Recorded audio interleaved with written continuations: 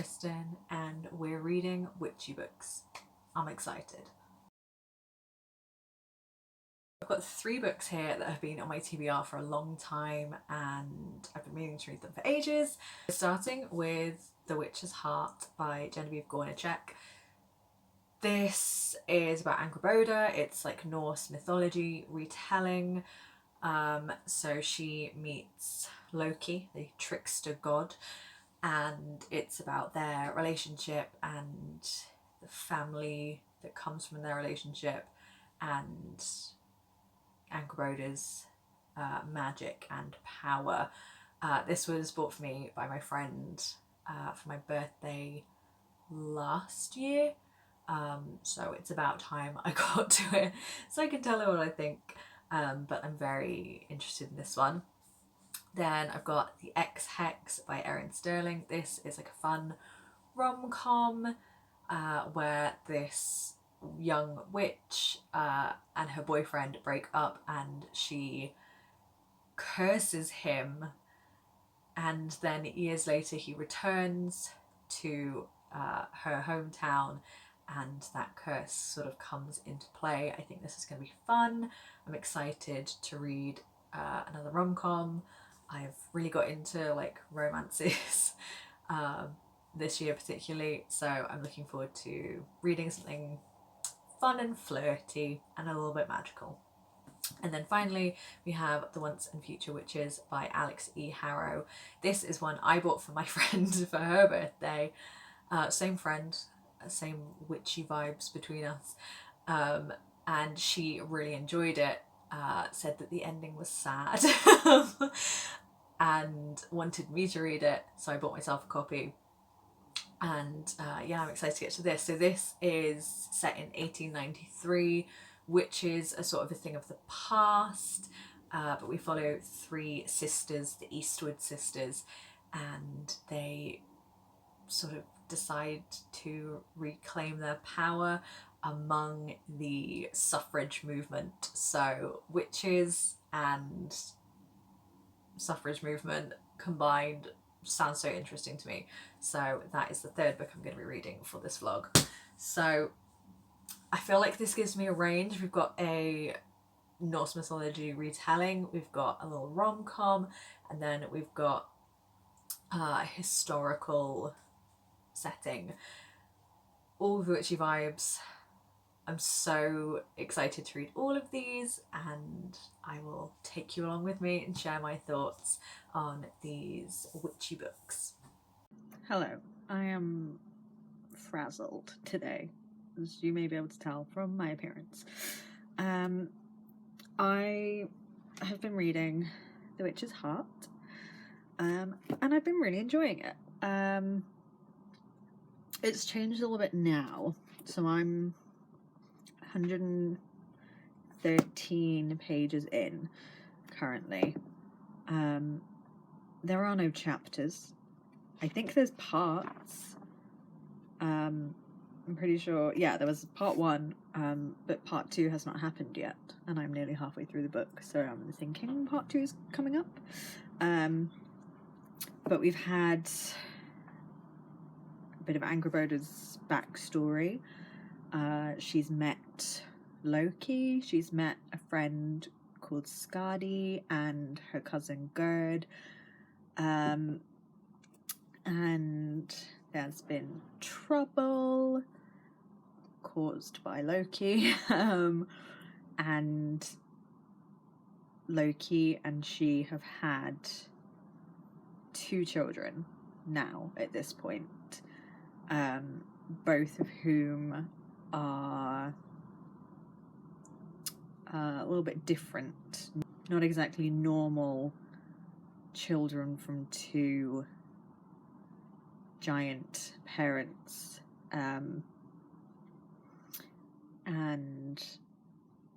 yeah, now things are shifting a bit, because before it was like them getting to know each other, a little bit of banter, flirtation, and then them like sort of being together, and Angrboda's feelings and thoughts about Loki. But now that she's had 2 kids. We're getting more of her focusing on the children and being annoyed with Loki, and not because he's not like everything to her now. She had Loki, and then she had Skadi, her friend, but now she's got her children, so she's not as focused on him, and the things that he does that she used to think were fun or charming, maybe more irritating to her now. And Loki's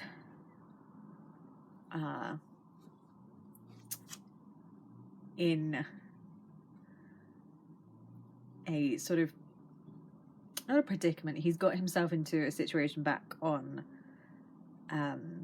Asgard, whereas Angrboda lives by herself in the Ironwood, something like that. So there's definitely tension now between Angrboda and Loki that there wasn't before. So I feel like we're definitely at a turning point in the book. I will update you when I've read some more. I've been reading more of The Witch's Heart. I'm actually only like 100 pages from the end now. I'm in part 2. Things have definitely like kicked off now. The beginning was quite slow. In terms of, it was mostly just like the day-to-day of Angrboda, and then somewhat Loki when he was around, and Skadi and Gerd, Angrboda's friends, and then Angrboda's children. So yeah, the first part of the book is mostly just Angrboda in her home in Ironwood and her relationship with Loki, and them having their kids over like a span of 5 or 6 years. And then at the end of part 1, things really take a turn, and part 2, Angrboda is just in a completely different situation in her life, and is dealing with the fallout of a big thing that happens, which I don't want to spoil, but she's now sort of on a mission. She's not regaining her powers, because she's always still had her powers, but she's actually like using magic again, more so than she was before, for more purposes than she was before, sort of reconnecting with the witch side of her in a way that she wasn't before, and is dealing with a lot internally and externally, things that have happened to her, and yeah, I think my interest is a bit more renewed now. Not that I wasn't enjoying it before, but the beginning was quite slow and a little bit repetitive, in that it was like Loki goes away, Loki comes back, they have a child, Loki goes away, Loki comes back, they have a child.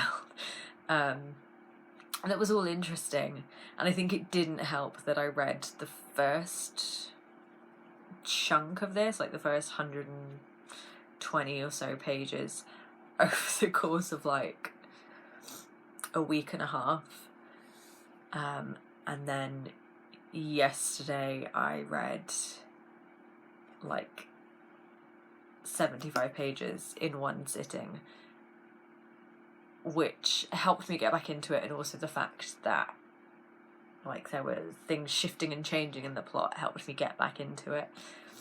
And I'm hoping to finish this today. I think I'm gonna do some reading sprints to help me. I've got nothing going on today. I'm not feeling brilliant. You might be able to tell I'm feeling a bit stuffy. So I think I'm gonna spend the afternoon in bed just reading. I've already read a little bit this morning, and yeah, I'm going to try and finish this afternoon. I'm very much enjoying it, and I have a renewed interest, or just like lots of things happening. So yeah, that's where I'm at with The Witch's Heart. So I finished reading The Witch's Heart by Genevieve Gornichek. I really liked this one. So good. I gave it like a really solid 4 stars. This was great and like witchy in a very like mythological way. The setting was very secluded, with Angaroda's cave. She very much like lived off the land. Had a friend who made things for her out of wood and stuff, and so it was very simple, and the witchiness was very like down to earth, which I really enjoyed.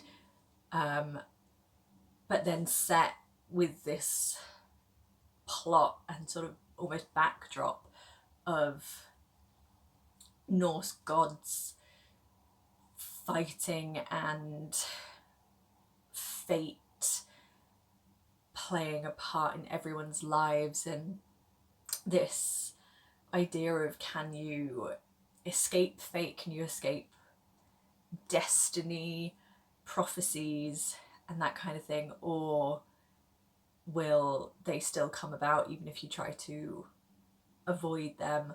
I loved that whole discussion. It was very much about connections to people, Angaro's connection to Loki, her connection to Skadi, her friend, her connection to her children.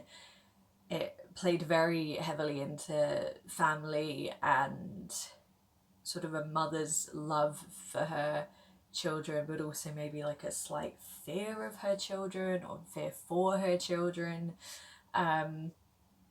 which I was hesitant about going into it because I'm not generally massively into stories centering on like motherhood. They're very hit and miss for me. Some are great and I can really enjoy them, and others have not been for me, purely because I don't think you like have to be a parent to like enjoy those kind of stories or to connect to those kind of stories, but motherhood is like very much not on my mind at this point in my life. So reading a book that features motherhood and feelings for children so intensely, I was really pleasantly surprised by how much I loved it. The ending made me cry. Not like sobbing, but just as I was reading it, as sort of everything for the characters was, to put it plainly, going to shit. And it was very much like, how are these characters going to get out of this? Like, how many people are going to die? Are there going to be like sacrifices characters have to make? I just read the last couple of chapters with like a few tears just streaming down my face. It was just very tense, very atmospheric. I thought the way that Genevieve Gornichek wrote was great. The pacing was, I think, the thing that means it doesn't get 5 stars from me, because there were points where I felt like nothing was happening and it was a bit slow, and then other points were very engaging. So I mean, it ebbed and flowed, I guess, in a way that you want it. You don't want it all to be like not a lot going on, and you don't want it all to be too much going on. So it did have that ebb and flow, but there were just points where I thought maybe the slower moments went on slightly too long or didn't have enough engaging, because I can like a slow book where, or a slow moment where not a lot happens and we're just in the day to day, but there were just points where I was like, I wanted another character to show up to get things going again, or I wanted something to happen to change Ankoboda's perspective on things. But like that's like small complaints. I would absolutely read this again. I'm recommending it to my sister. My friend Sophie bought this for me for my birthday last year, and she was like, "Let me know if you like it or not." I love it. It was great. I would recommend it to her as well. We buy each other witchy books because we're witchy gals. And I definitely think that if you like your mythology, especially Norse mythology, if you like your witchy books, if you like that more like, yeah, secluded, natural setting, then try this one. If you want witchy books that are very much focused on relationships and like regrowing your magic, or having subtle magic throughout until like the character regains power, this is the kind of book. It's not like super magic heavy throughout. It's a lot of like hiding and, you know, being a healer, herbalist, but actually having a lot of hidden power or growing into power again. So good, so good. Would highly recommend. I'm so distracted by my hair, it's so flicky today. Anyway, so I have gone for The Ex-Hex by Erin Sterling. So this is about Vivienne Jones, who lives in Gravesglen, and she is a witch. She has a cousin and an aunt that she's close to, and the prologue of this is her at, I think, like 19 years old, reeling from a very recent breakup with a guy who she really liked, but things did not go well. There was some secrets being kept on his part, full truths not being told, and she is kind of reeling from this reveal and this heartbreak.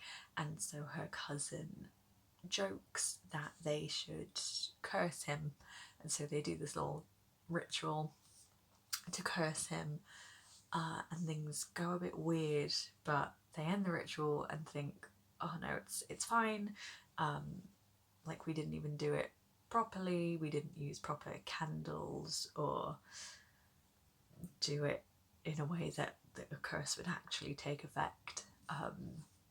But we're left at the end of that prologue with the assumption to the reader that something has happened.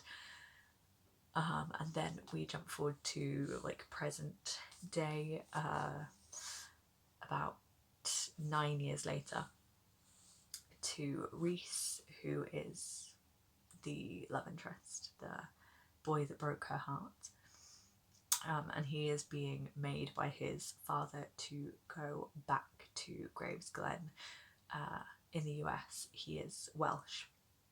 His family live in Wales, but he sort of travels for his work. But it's like a big anniversary of the founding of the town, and so a Penhallow has to be present to charge the ley lines and things like that, and so his father is making him go back, and that's as far in as I am. That's like the basic premise of the book, and that's as far as I've got at the moment. I'm thinking I can enjoy it. I'm hoping it'll be a quick, fun read. I like that he's Welsh. My family, or like half of my family, my dad's side of the family, are Welsh, and a lot of my family live in Wales, and so I always like when things are set in Wales or characters are Welsh, when it's like done well and accurately. So we will see. But yeah, I'm just in the mood for something witchy, but presumably fun and more light-hearted. So yeah, gonna get into this witchy rom-com, and I will update you when I'm further along. So I said I was going to update you when I'd read more of the X-Hex.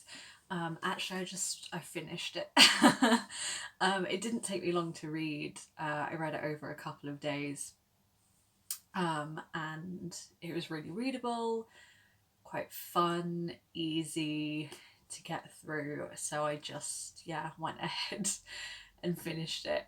And I don't know, it was like a lot happened. Did a lot happen? I don't know. I didn't feel the need to update because one, I was like in the story, and so I just wanted to keep reading, but also there wasn't a ton that changed like after the initial premise of this guy comes back, having been away for like 9 years, and so this curse that Vivi, our main character, accidentally put on him 9 years ago is like enacted, and things start going wrong. That basically is like the whole book, other than then them just like falling back in love or like rekindling their romance and stuff. So like a lot of little things happened in terms of like things going wrong and them fixing the things, but not a lot happened in terms of changing the basic plot. There were no like twists and turns. No, actually the main premise is solved partway through, and so another thing happens. It was just like that was the entire plot, was them fixing these mishaps, trying to undo this curse, and rekindling their romance. But yeah, it was fun. I would give this, I think, 3 stars. It was a very average romance to me. I liked the characters, but I didn't feel like really connected to them. I thought their banter was fun enough. Their romance was cute, but not like, oh my god, they need to be together. I really love them as a couple. It was like, it's okay. I see that you're getting together. Cool. So yeah, it was a bit of an average romance for me. I did like the witchy elements. I think the setting was fun. I like a sort of small town setting, and this was very small town witchy vibes, which is what I want. It's very with the aunt as well, gave me kind of like practical magic vibes, which again was fun. I mean, I say there's no twist. There is sort of a little twist towards the end, which wraps the story up. But this wrapped up very quickly in that they got past like the big plot points that they were trying to solve, the curse and stuff. And then it was like, are they going to part ways? Because obviously Vivi, our main character, lives in Gravesglen, and Reese is from Wales, but also travels for work. So it was sort of like, what's going to happen here? And there were literally like 10 pages left when they were like saying goodbye to each other, and were like, oh, we can't actually be together. And I was like, how is this gonna wrap up? I mean, it wrapped up in like a satisfactory enough way, but very quickly. So yeah, it is what it is. It was a fun, quick, witchy romance, which is what I wanted. I sort of knew going into it that I'd probably like it well enough, but that I wouldn't like be mind blown by it. And so I got what I wanted from it. So yeah, if you like sort of rom-coms, I think it is like funny enough to be called a rom-com. Sometimes I read rom-coms and they're just like romantic but with like no comedy, or they're trying like so hard to be funny, whereas this I think was like a little bit silly in places but not to the point where I was like cringing. But the band between them, between Vivi and Reese, and between other characters like Gwyn, the cousin, um, was, yeah, amusing enough that I was like, yeah, rom com, yeah, that's fine. As if I am the judge of what is and isn't a rom com. But yeah, fun, light-hearted, entertaining, um, pretty easy to get through in like my personal opinion. Um, yeah, I read it. I think I read like the first 30 pages one evening before I went to bed, and then over the next like 2 afternoons, I read the rest of the book. I'm not even that fast for a reader. I think my average pace is like a page a minute, roughly.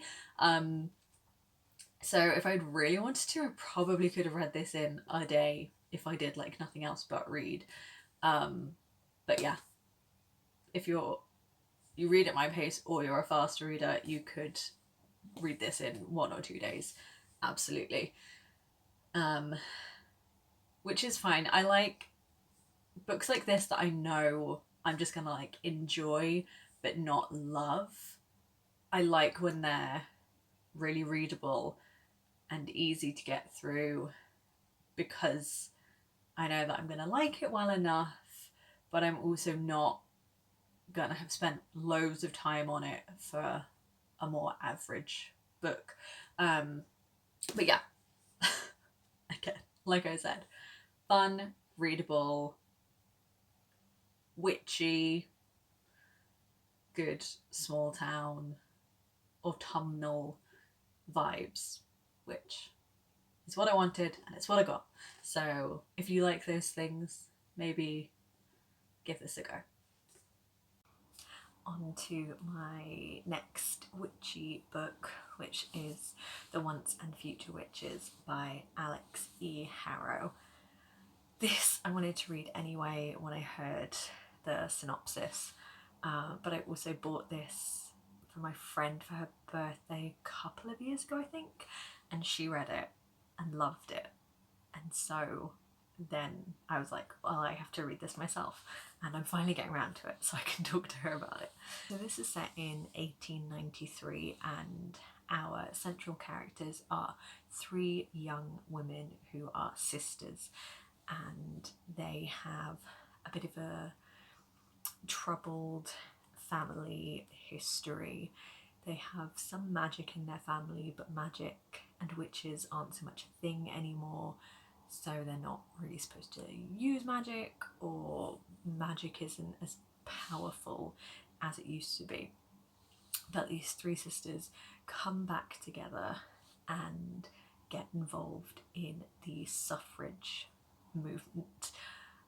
So I heard young women, witches, suffrage movement, and I was so intrigued. We have James Juniper, Agnes Amaranth, and Beatrice Belladonna, who are the 3 sisters. And yes, they are all in New Salem and they join the suffragists.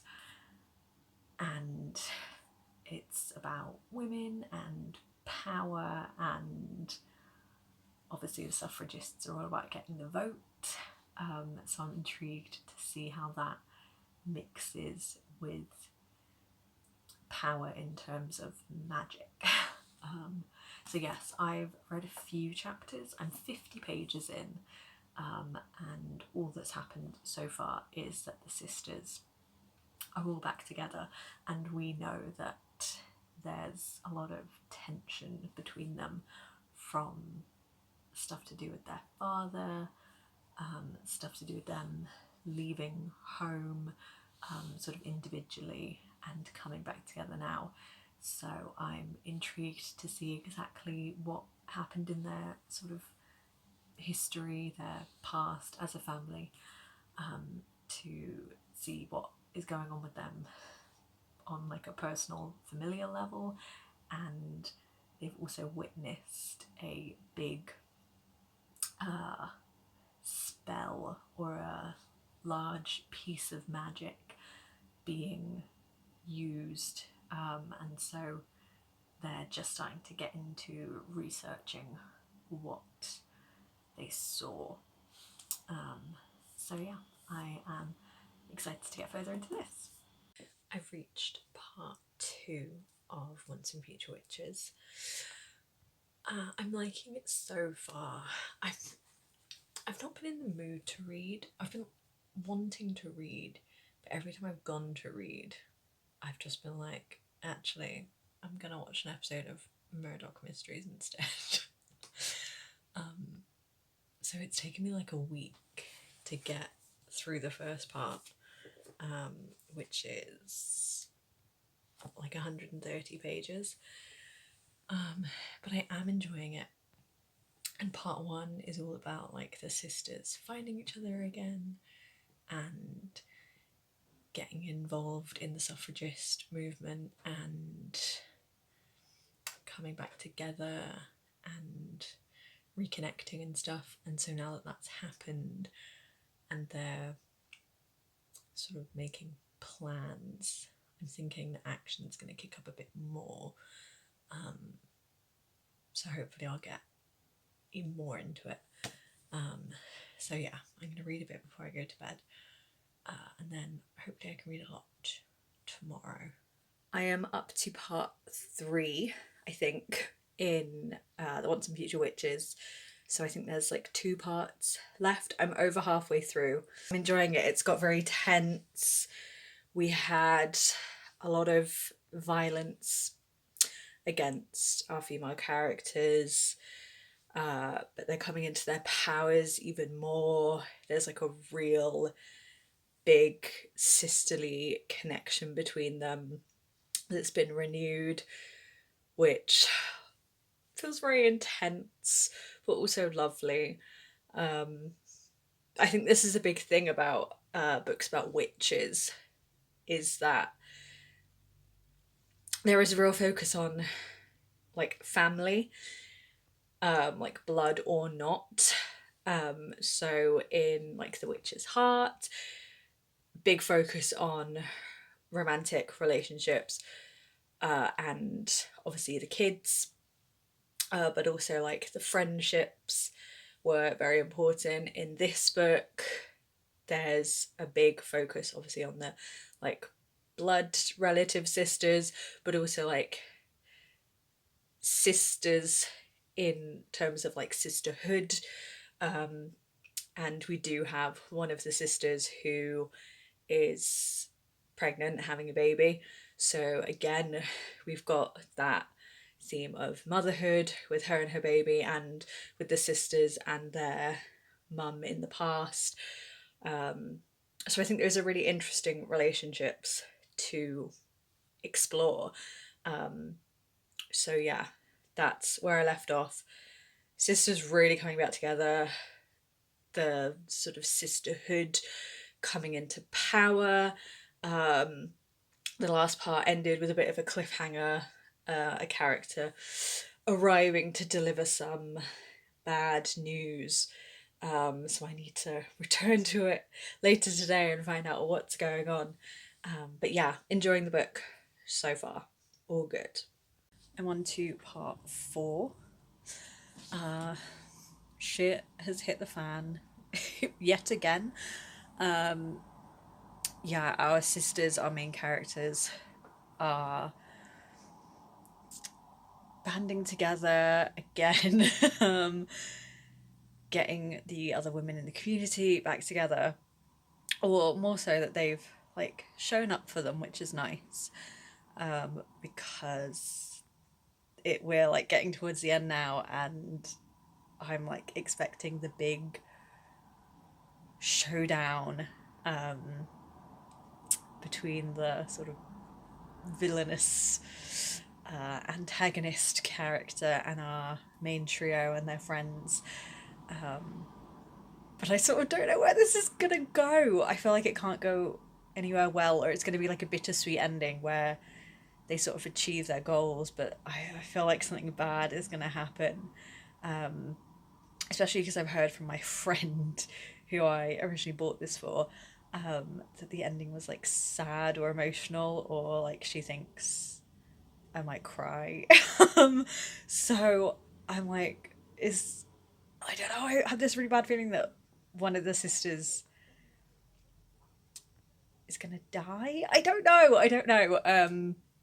But yeah, I think there's a fifth part. I've got parts 4 and 5 left, but the last part is much smaller than the others, so I think I'd just like read them all the way through. I'm gonna see if I can fit in a little bit, maybe a chapter this evening, in between work sessions, and then gonna try and finish it tomorrow.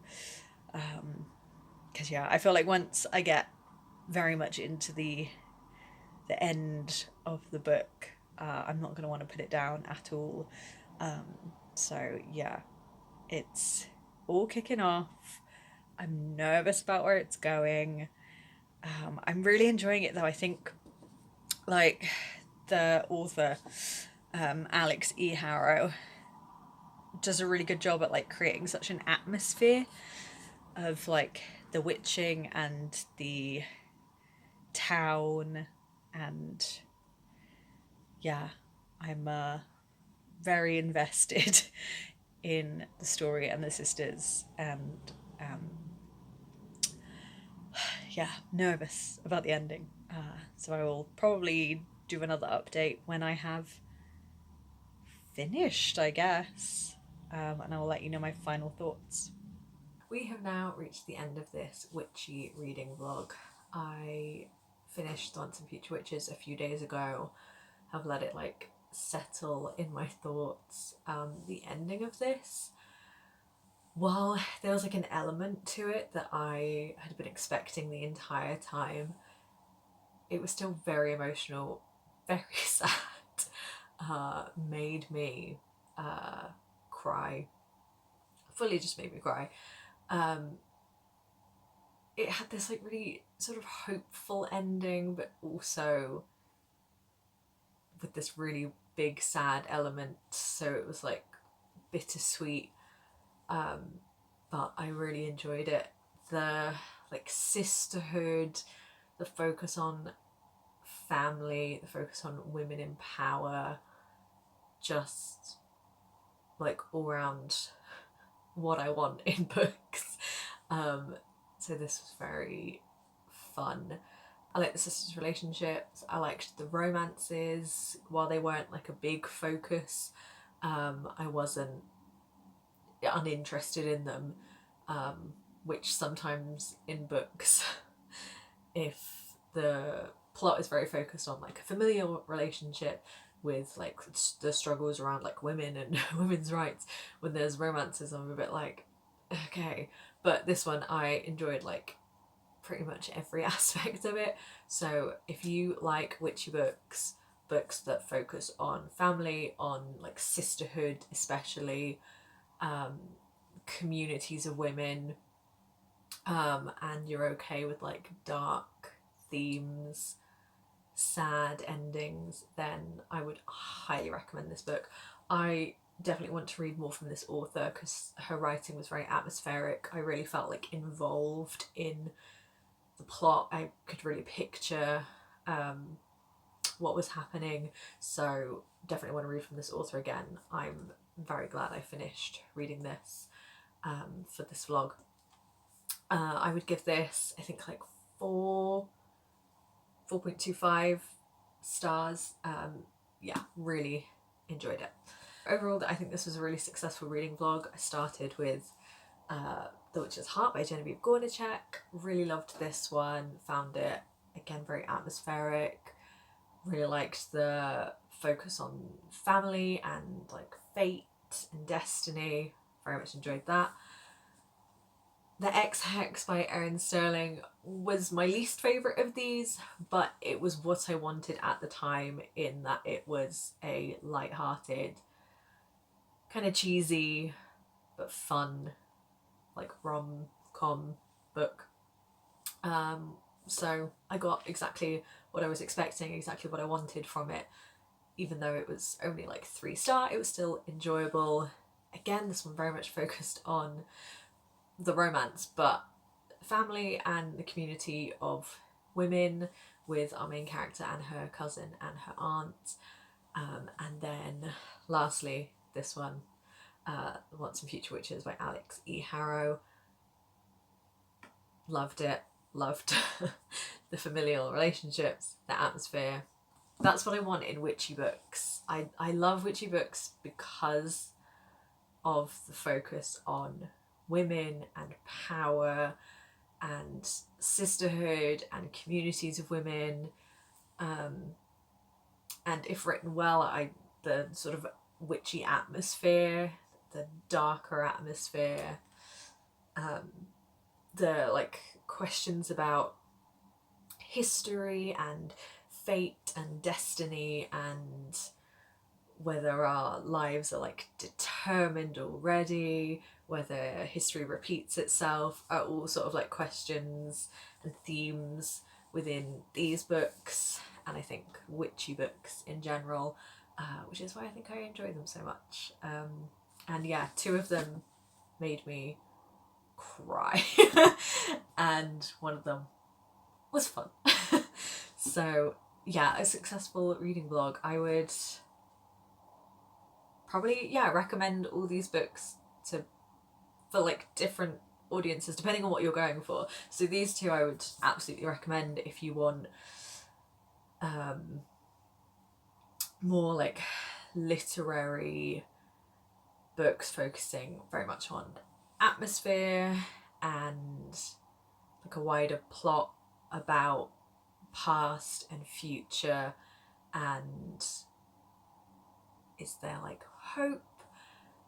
Is there just your predetermined role? And if you don't mind a sad, sort of destructive but somewhat hopeful ending, these 2 great. This one, if you like your standard sort of fun rom-coms with a little bit of magic, then this one. So yes, and you can like both. I like both depending on what I'm in the mood for. Sometimes I want to read an intense, fate-driven, magic, dark story that will make me sad, and sometimes I just want some fun. And these books served those purposes perfectly. So yes, that is it for this vlog. I am now really in the mood to read more witchy books. Those were like the only witchy books really on my TBR for the most part, but since reading those I have acquired more witchy books, which is good. What witch books would you recommend? Something with strong female characters is always the way to go with me.